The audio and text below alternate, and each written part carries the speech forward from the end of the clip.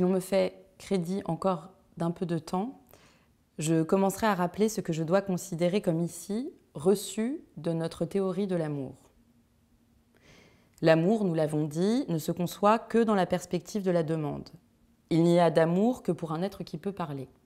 La dimension, la perspective, le registre de l'amour se développe, se profile, s'inscrit dans ce que l'on peut appeler l'inconditionnel de la demande.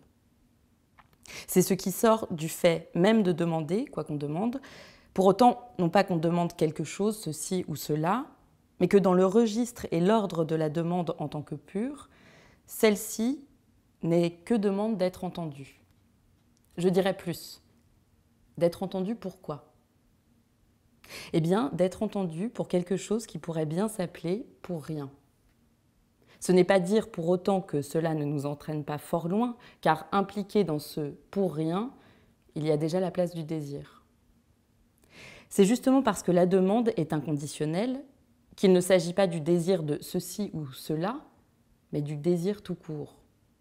Et c'est pour cela que dès le départ est impliquée la métaphore du désirant, que je vous ai fait aborder par tous les bouts au commencement de cette année. La métaphore du désirant dans l'amour implique ce à quoi elle est substituée comme métaphore, c'est-à-dire le désiré. Qu'est-ce qui est désiré ? C'est le désirant dans l'autre. Ce qui ne peut se faire qu'à ce que le sujet lui-même soit colloqué comme désirable. C'est ce qu'il demande dans la demande d'amour.